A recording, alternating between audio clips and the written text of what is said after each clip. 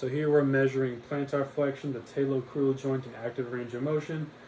The landmarks for this are going to be at the fibular head and the lateral side of the fibula. It's going to be the stationary arm.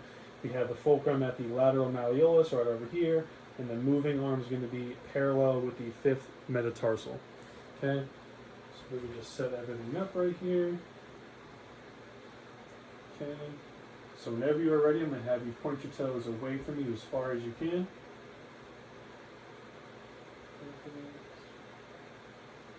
Go ahead and relax.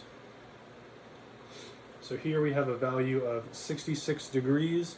Per the CDC, normative values for females are around 67 degrees. Compensatory movements she can do, she can kind of invert the foot as well as immediately rotate to get a couple more degrees of plantar flexion. But individual is on average levels of plantar flexion. So here we're going to be doing a hamstring muscle length test through a single leg raise. So we're going to be measuring hip flexion and comparing that to just normative values of hip flexion. We're going to be elongating the hamstring by keeping the knee in extension, moving that through hip flexion. We're going to be taking the measurements at the hips. So the fulcrum is going to be the greater trochanter, which is going to be right over here. We have the stationary arm with the lateral midline of the pelvis, and the moving arm is going to be in line with the lateral femoral epicondyle.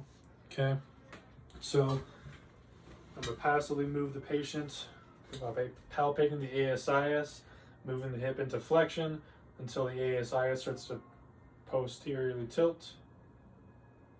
It's going to be right there. So from here, I'm going to take that measurement.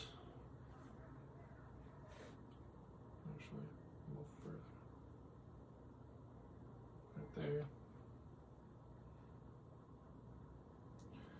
Okay. So here, the patient is at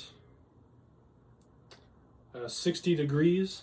Normative values for this are going to be 70 to 90 degrees of hip flexion, so he is a little bit limited with tight hamstrings, not allowing him to go into full hip flexion.